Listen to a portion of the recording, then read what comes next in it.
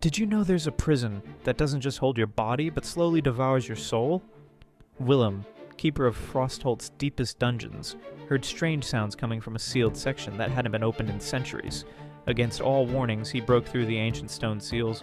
What he found wasn't a normal cell, but a perfectly round chamber covered in glowing runes. Inside lay dozens of dried corpses, but something was terribly wrong. Their souls were still trapped inside, conscious and suffering after hundreds of years.